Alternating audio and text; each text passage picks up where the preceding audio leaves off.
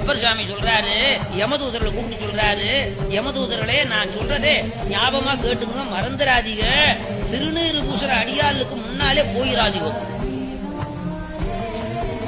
பிறையும் பாம்பும் சூடும் பெருமானந்தமர் நரவன் ஆரிய நல்லிரும் சாந்திலும் நிறைய நீரணிவார் இது செல்லல் என்பது அப்பர் சுவாமிகள் கட்டளை. அதனால பெரியவர்களே, இப்படிப்பட்ட சமயமும் நம்முடைய ஆச்சாரியர்களும் இந்த நூல்களும் கிடைச்சது மிக ஆச்சரியம். இவைகளையெல்லாம் நீங்கள் நன்றாக கொண்டாடுகிறீர்கள். இது பரம்பரையா வரணும். பிள்ளைகளுக்கெல்லாம் சொல்லி வைங்க, பிள்ளைகளுக்கெல்லாம் சொல்லி வைங்க. எல்லாம் ஒரு சமய தீட்சை விசேட தீட்சைன்னு வாங்கிங்க. தினந்தோறும் சிவலிங்க பூசை பண்ணுங்க.